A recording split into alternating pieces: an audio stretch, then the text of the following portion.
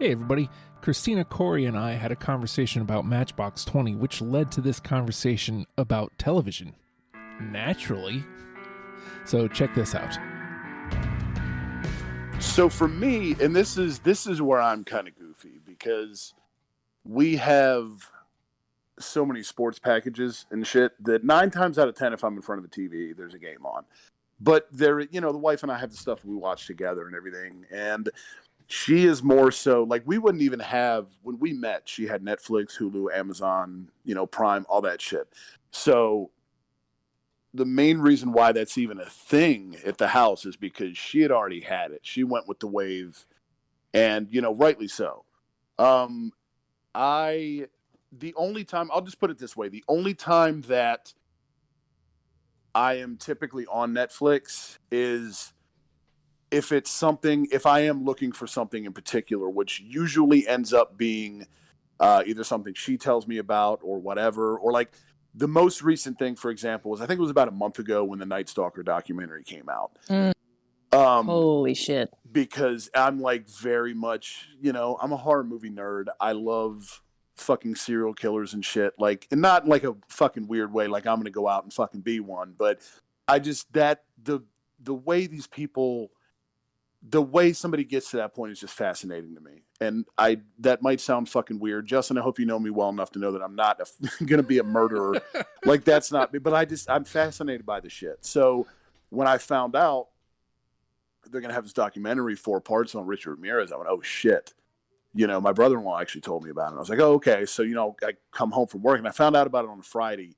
I don't know if that's when it came out or whatever. And it was a weekend that, my son was at his mom's. So we didn't really have to be careful what was on the TV, you know what I mean? Because it's adult time.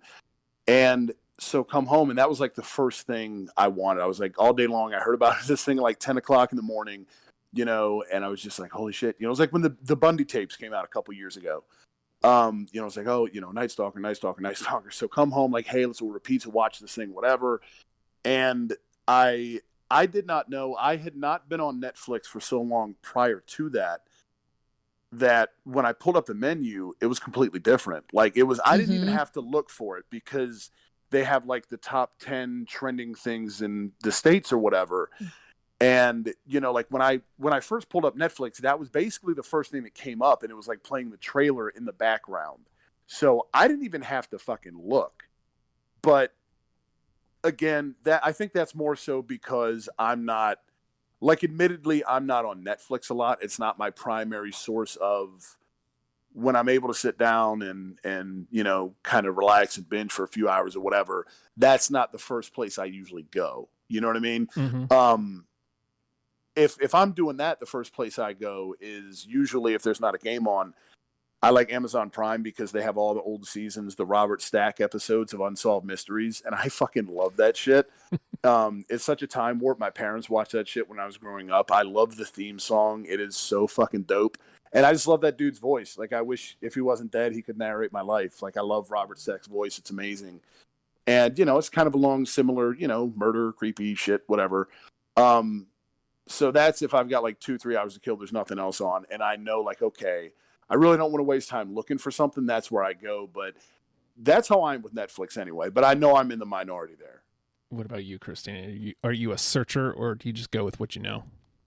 I am a little bit of both, but I am not a browser necessarily, not on Netflix or Hulu. The only time, so I have Netflix and Hulu, and then my boyfriend logged into HBO on my TV from his account. And then he also logged into Amazon, but I'm very vehemently anti-Amazon because I think Jeff Bezos is a ghoul.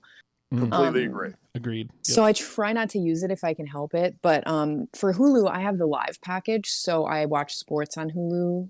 I watch hockey a lot on Hulu. But yeah, the only time I use the browse function is at Christmas time. Because they have the holiday movies all in like one spot.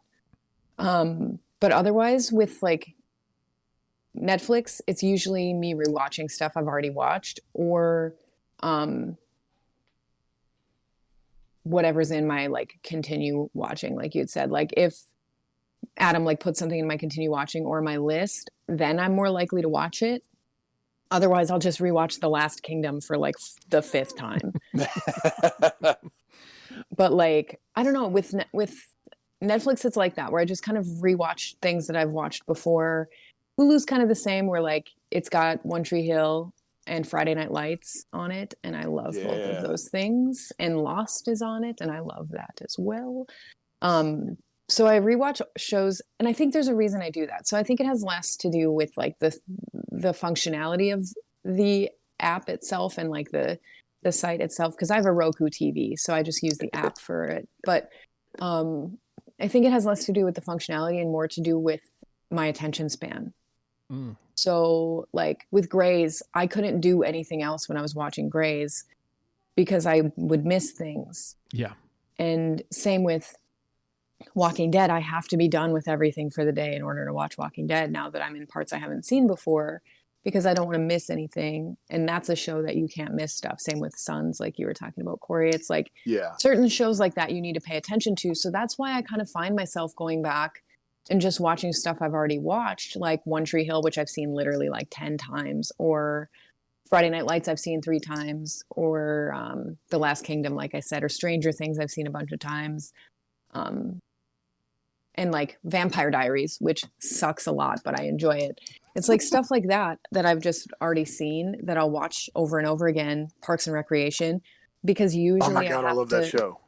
Yeah, it's so good. So I usually just do that, where it's like a show that has a lot of episodes that I've already seen more than once, because then I can do other things, because I always have to take my work home. I never have a day off. Like I do, Sundays are my day off, but I have to draw today because I have tattoos tomorrow.